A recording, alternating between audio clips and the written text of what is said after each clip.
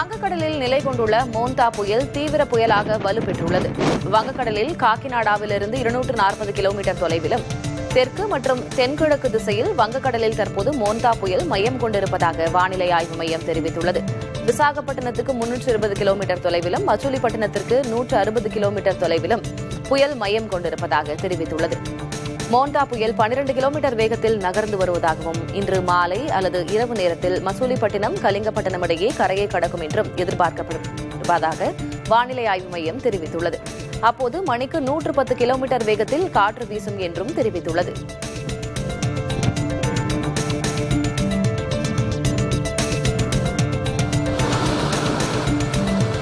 மோந்தா புயல் காரணமாக சென்னையில் உள்ள 3 துறைமுகங்களில் 4ஆம் எண் புயல் எச்சரிக்கை கூண்டு ஏற்றப்பட்டுள்ளது. மோந்தா புயல் பாதிப்பில் சென்னை எண்ணூரில் 13 சென்டிமீட்டர் அளவுக்கு மழை பொழிவு பதிவாகியுள்ளது. தீவிர புயலாக